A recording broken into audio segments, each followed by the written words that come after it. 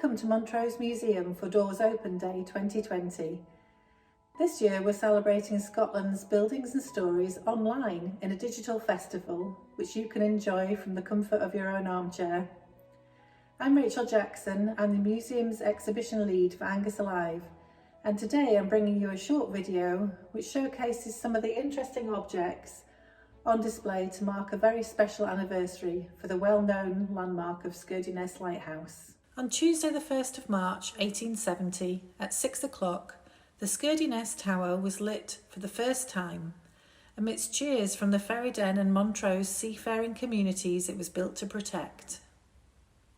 This year, the year of coasts and waters, we celebrate the 150th anniversary of the first lighting. Before its construction, the entrance to Montrose Harbour proved difficult to navigate. Rough weather caused many shipwrecks and considerable loss of life for years. In 1705, a fort with cannons was erected by the town council on the Montrose Ness headland, but this proved very unsatisfactory. In 1768, ship owners complained to the town council, and a local mason, Andrew Barry, was tasked with creating a beacon, a tower 20 feet high. The square tower was later demolished and replaced by a gun battery in anticipation of the Napoleonic Wars. By 1804, ship owners had taken action and instructed John Rennie to draw up plans for a lighthouse. The plans fell through, and in 1813 another tower was built, with men and materials being ferried over to the site due to the lack of a road from Ferryden.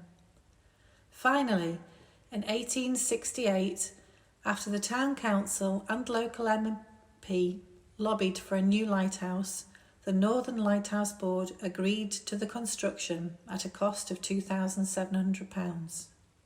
On the 30th of July 1868, the foundation stone was set in the presence of local dignitaries.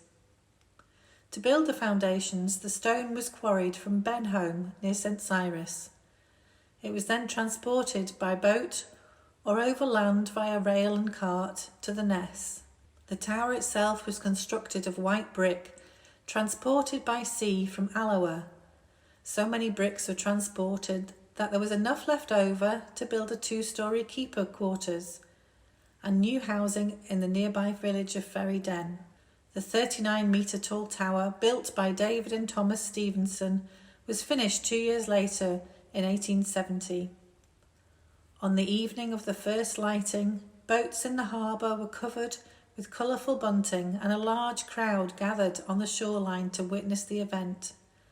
At 6 o'clock, the lighthouse was illuminated to the cheers of the crowd.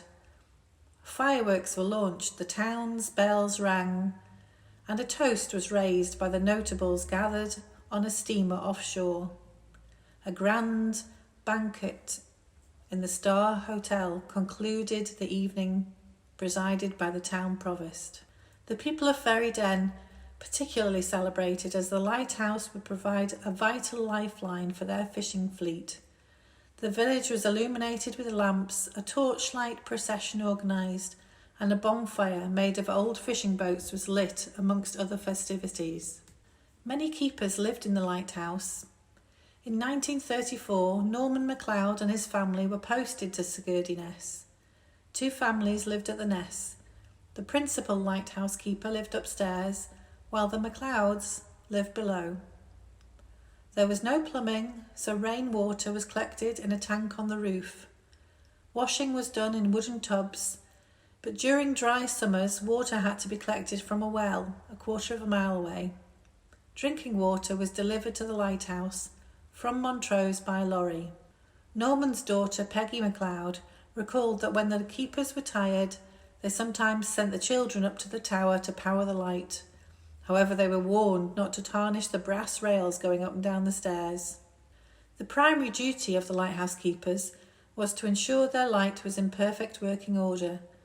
During the day, keepers were required to clean the premises and maintain the site. At night, each keeper would keep a watch in the light room to make sure that the lamp was functioning.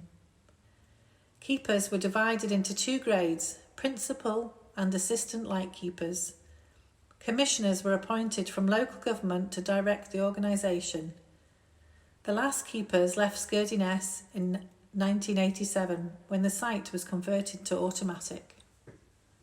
During the Second World War, several bombing raids caused locals to believe that the keepers were signalling the Luftwaffe. After several angry confrontations, the keepers explained the light was lit at the Navy's request to aid convoys.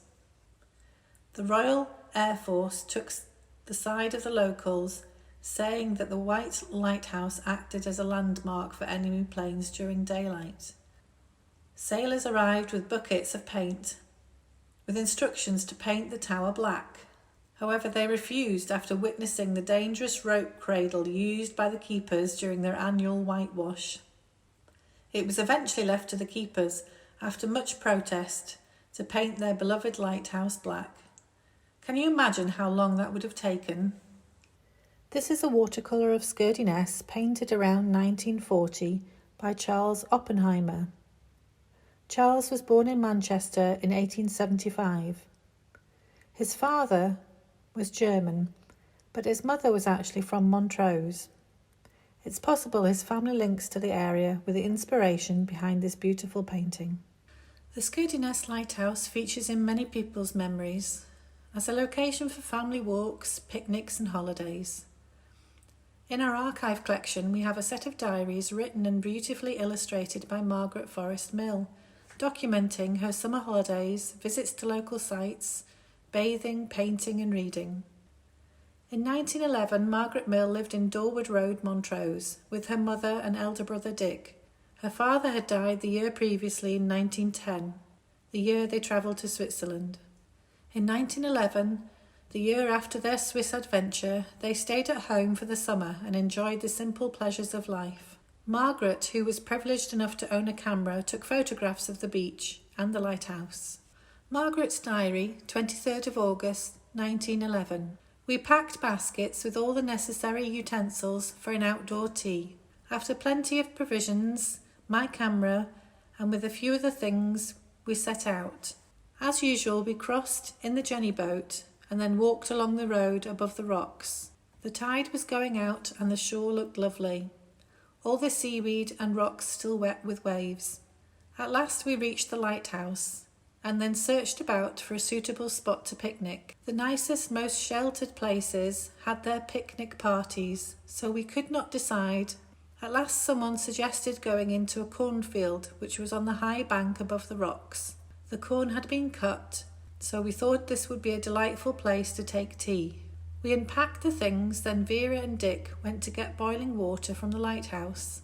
On their return, we had tea. It was great fun. Nothing had been forgotten. The place was delightful.